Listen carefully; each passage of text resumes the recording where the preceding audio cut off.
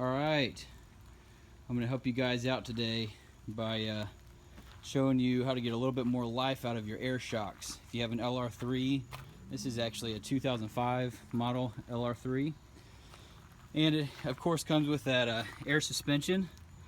You have the air shocks in the front and back that level. Really the only solution when these things start to go bad is to replace them with either an aftermarket that's not air, or fork out a whole bunch of money for these guys right here. They do make aftermarket ones that are a little cheaper, but still it's an expensive ordeal once you start going down that road. So with a little ingenuity, I'm going to show you guys what I came up with to actually repair this temporarily. Again, this is not a permanent fix that I would rely on for long periods of time. Actually, so this is an experiment for me to see how long this would last, but with a can of Fix-A-Flat, $13. May sound a little redneck, but it's actually been going strong for about 6 months now. It's got me through kind of an off-road ordeal where they started to go bad. Had a can of Fix-A-Flat and filled the thing back up. So what I'm going to do here is show you, if you think logically about what Fix-A-Flat does, if you put it in your tire and it seals up the cracks and whatever small leaks. If there's just small leaks, it'll fill them and you'll get a lot more mileage out of that tire. So these are kind of the same deal.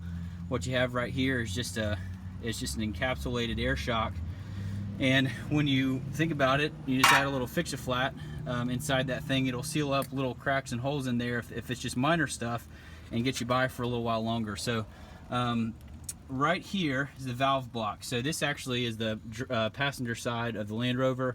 Took the wheel off. It's actually the driver's side that's leaking, but it's really hard to get to. So these valve stems go right in the top here, and they're really hard to get a wrench onto. And so what I've come up with is basically to access that shock through the valve body right here.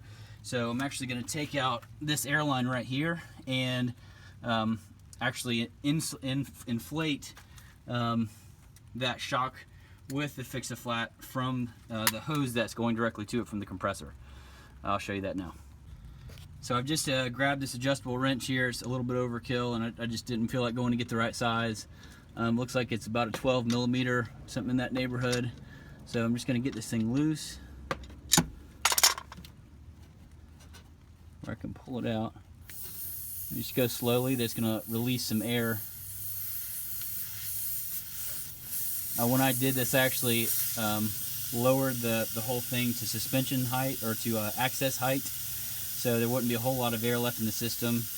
And then I'm just going to slowly take this off of here, and so you can access the tip here. Alright, so what I've done here on the end of this can of Fix-A-Flat is actually affixed an adapter like you put on the end of an air nozzle. It screws right in there. Didn't quite have enough threads to get on the end of this, so I've improvised a little bit and just threaded in the end of an air nozzle. I like to fill up different air inflatable toys and stuff. So what I'm going to do is just shove this nozzle in the end here.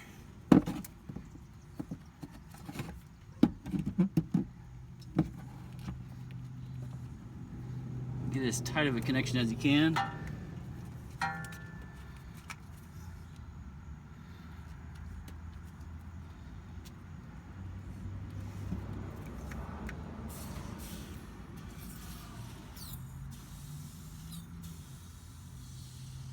And then you just start inflating. Just like you would if you were going to fill a tire.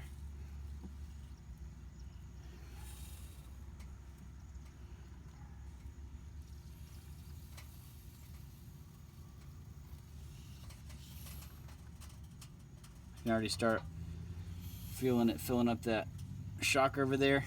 The cool thing about this stuff is that it compresses, so you still have the capability to raise and lower the vehicle. It doesn't impede that at all. You're basically just putting the liquid in, the foam, to seal it up.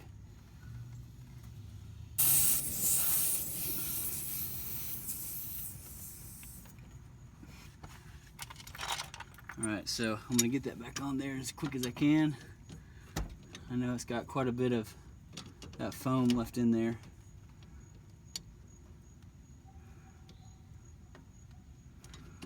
Alright. We're going to give that a try. Now the only thing left to do is to put your tire back on. Obviously you got to put the wheel well cover back in there, and then tire back on. I'll show you on this side. If you get up under here, you can see out from the bottom of this thing where a little bit was coming out. I'll actually show you where it was leaking right over there. Filled it right back up. No more noise or hissing or anything.